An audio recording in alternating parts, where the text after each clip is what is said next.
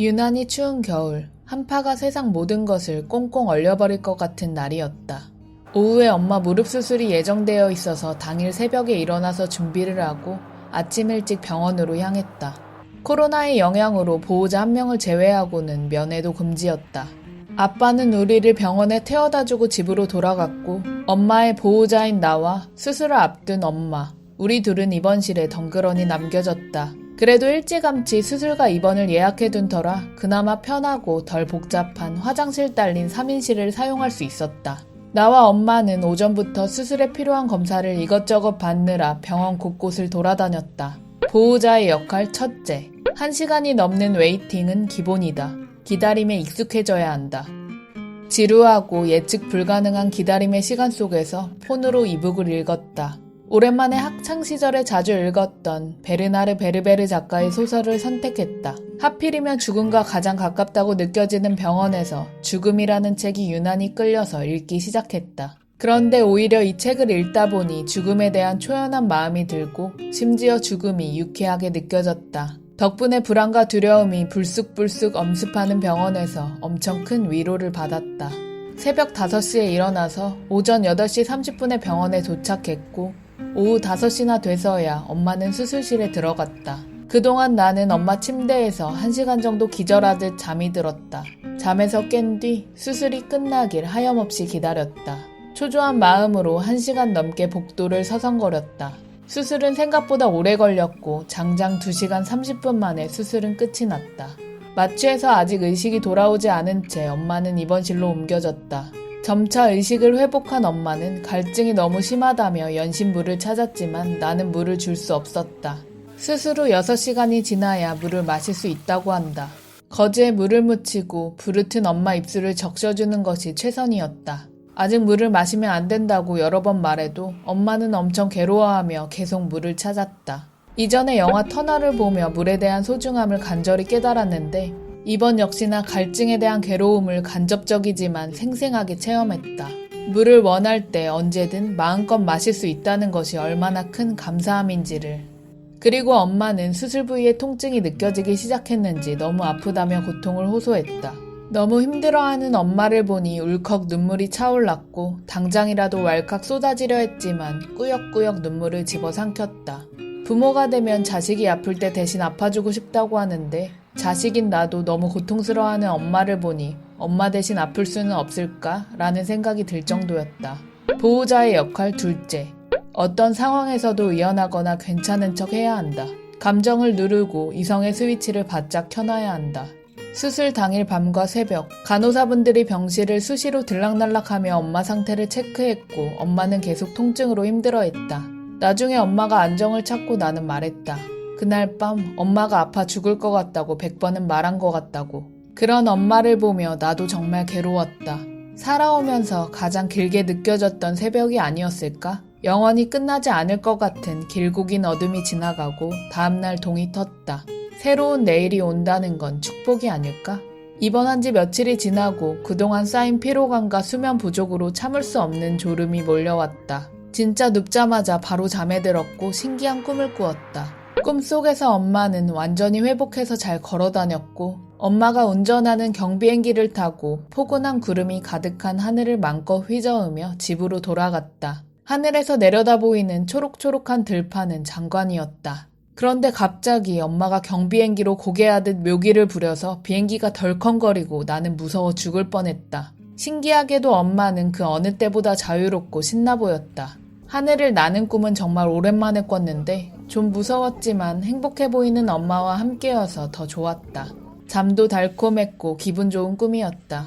병원에 있으면 칼 같은 새끼 식사를 먹을 수 있다. 식사 시간은 아침 7시, 점심 12시, 저녁 5시로 아주 바람직하다. 환자식만 주문하고 나는 따로 사 먹으려고 했는데 둘 다 입맛이 없어서 환자식을 반반 나눠 먹었는데 충분했다. 오히려 엄마가 너무 적게 먹어서 나누어 먹는 밥도 남기기 일쑤였다. 그래도 병원밥이 잘 나와서 맛있게 먹었다. 그런데 새끼 식사 챙겨 먹는 게 이렇게 번거로운 일이었나 싶었다. 남이 차려주는데도 밥때가 너무 빨리 온다. 그리고 오랜만에 내가 좋아하는 와사비 맛 아몬드를 간식으로 야금야금 먹었다. 예전 같았으면 한 봉지를 순식간에 입에 다 털어넣었을 텐데 이제는 아몬드 몇 알씩만 집어먹어도 충분히 만족스러웠다. 평소에는 아메리카노를 주로 마시는데 병원에서 간병을 하다 보니 당 떨어지는 느낌이 한 번씩 찾아와서 편의점에서 사온 달달한 라떼를 몇 모금씩 먹으며 안정을 취했다. 퇴원을 앞두고 나를 위한 특식으로 병원 근처에서 파이도 사 먹었다. 이번 기간 동안 엄마는 이어폰을 꽂고 TV를 보거나 누워있으면서 주사를 수시로 맞느라 손등이 남아나질 않았고 필요한 경우 각종 검사, 물리치료를 받으러 다녔다. 나는 그런 엄마를 돌보며 손과 발이 되어주고 이것저것 엄마에게 필요한 것들을 챙겨주었다. 보호자 역할 셋째. 그 어떤 상황에서도 귀찮아하거나 짜증내지 말고 환자를 살뜰하게 잘 챙겨야 한다. 한 번씩 위기는 찾아왔다. 수술한 다리는 절대 안정을 취해야 하기 때문에 엄마가 이동이 필요할 때는 휠체어나 목발을 사용해야 한다. 그런데 엄마가 목발을 짚고 다니다가 몇 번 넘어지는 아찔한 상황이 생겨서 둘 다 가슴이 철컥 내려앉았다. 그래도 다행히 엄마에게 별탈이 없었지만 집에 가고 싶은 마음이 간절해졌다. 엄마 입원 기간 중 오빠네 식구가 왔는데 면회는 금지라서 엄마 얼굴은 못 봤고 나만 잠시 밖에 나갔다 왔다. 병원 근처 음식점에서 맛있는 초밥을 사주고 갔다. 오랜만에 귀여운 조카를 보니 웃음이 절로 났다. 피로가 싹 가시는 기분이었다. 병원에서 꼬박 일주일이라는 시간을 보내고 겨우 본가로 돌아왔다. 엄마가 당분간 움직임이 자유롭지 못해 나는 집안을 다독이고 아빠에게 엄마를 부탁하고 서울로 돌아왔다. 이번에 엄마 간병을 하면서 어딘가 아프면 아픈 당사자도 주변 가족도 힘들다는 걸 몸소 느꼈다. 심신이 굉장히 피곤했다. 그래도 엄마가 가장 편하게 생각하는 내가 엄마를 돌볼 수 있음에 감사했다. 성인이 된 이후로 엄마랑 함께할 시간이 많이 없었는데 정말 오랜만에 엄마와 내내 붙어있는 것도 좋았다.